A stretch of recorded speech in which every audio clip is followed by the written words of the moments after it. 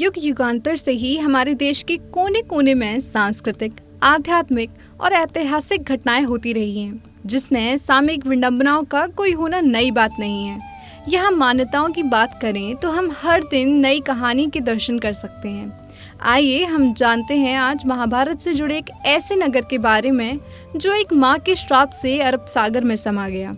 द्वापर युग के धर्म युद्ध महाभारत को पांडवों ने जीत लिया और कौरव अपनी सेना सहित नष्ट हो गए। तब माता गांधारी ने श्री कृष्ण को इस युद्ध का सबसे बड़ा दोषी माना और उन्हें दोषी ठहराते हुए श्राप दिया कि उनके कुल का भी इसी तरह नाश हो जाएगा, जिस कारण द्वारका नगरी सागर में डूब गई। प्राचीन द्वारका नगरी का सच किसी को मालूम नहीं था और कुछ दशक पहले तक इसे काल्पनिक माना जाता रहा। लेकिन यहाँ पहली बार वायुसेना के पायलटों की नजर पड़ी, जिसमें द्वारका नगर के कुछ अवशेषों को समुद्र में देखा गया। उनका जहाज समुद्र पर बहुत नीचे ही उड़ान भर रहा था। जामनगर में 1970 के गजेटियर में इसका उल्लेख मिला, जिसमें आर्कियोलॉजिस्ट ने कहा कि पहली बार द्वारका नगरी को ढूंढने का प्रयास 20वीं सदी के मध्य में किया गया था। डेक्कन कॉलेज पुणे ने 1960 में पहली बार खुदाई करवाई और archaeologist survey of India ASI ने 1979 में फिर से खुदाई की, जिसमें अलग अलग तरह के घड़े, पात्र, मिट्टी के बर्तन और अन्य चीज़ों के टुकड़े मिले और दूसरे कई प्रकार के अवशेष भी मिले। कहा जाता है कि खुदाई में 500 से ज़्यादा चीज़ें मिली, जिसका खुलासा पुरातत्व विभाग की डेटिंग ने करते हुए बताया कि ये सब चीज़ें 2000 साल पुरानी बताई गई हैं और यहाँ समुद्र के पानी में पत्थर के बड़े बड़े स्तंभ मिले। जिसके बाद 2007 में बड़े पैमाने पर पहली बार द्वारका की खुदाई हुई। 200 मीटर एरिया में खुदाई शुरू की गई।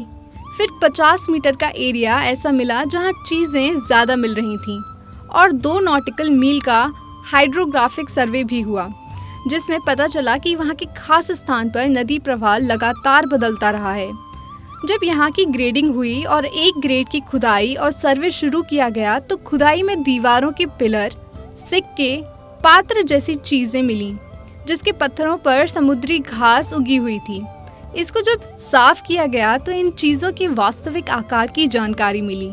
द्वारका नगर को ऐतिहासिक बंदरगाह कहा जा सकता है, क्योंकि यहाँ खुदाई में कई बड़े बड़े लंगर भी मिले हैं, जिससे पता चलता है कि उस आर्कियोलॉजिस्ट नगर में दूसरे देशों से व्यापार होता था। कहा जाता है कि संस्कृत में द्वारका शब्द को द्वार या दरवाज़ा कहा जा सकता है। यहाँ खुदाई में जो चीज़ें मिली हैं उनसे पता चलता है कि यहाँ प्राचीन बंदरगाह और शहर हमारे देश में आने वाले विदेशी लोगों के लिए भी दरवाजे का काम करता होगा। हम मान सकते हैं कि 15वीं से 18वीं शताब्दी में अरब के देशों से व्यापारिक संपर्क में इस बंदरगाह की भूमिका रही होगी। द्वारका धाम हिंदू धर्म के 4 धामों में से एक है, जो गुजरात के काठियावाड़ में अरब सागर के द्वीप में बना है। जिस नगर का धार्मिक, पौराणिक और ऐतिहासिक महत्व बहुत बड़ा है, जिसे मथुरा छोड़ने पर यादव वंश की रक्षा के लिए कृष्ण जी ने बलराम के साथ मिलकर विश्वकर्मा से बनवाया था, जो यदु वंश के बाद श्री कृष्ण जीवन लीला के पूर्ण होने पर समुद्र में डूब गई। इस क्षेत्र को प्राचीन काल में कुशस्थली के नाम से जाना जाता है।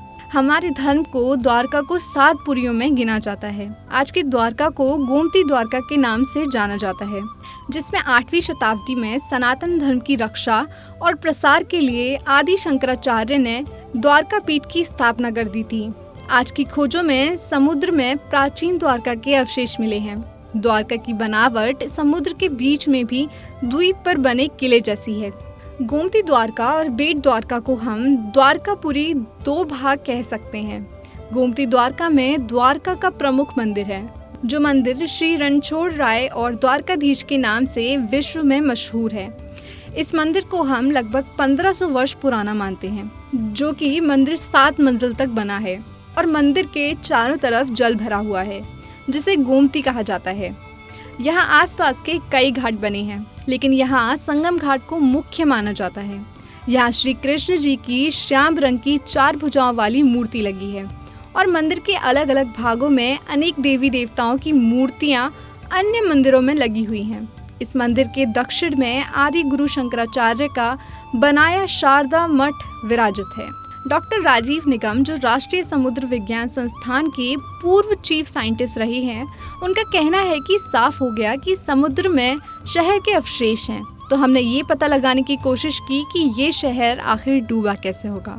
15,000 साल में समुद्र की सतह की हर स्तर पर पड़ताल की गई, जिसमें पता लगा कि 15,000 साल पहले यहाँ समुद्र का स्तर 100 मीटर नीचे था और आज से 7,000 साल पहले समुद्र तल बढ़ना शुरू हुआ और करीब 3,500 सालों में समुद्र का स्तर इस लेवल पर पहुंचा जहां है और ठीक ऐसे समय पर ही द्वारका नगरी डूबी।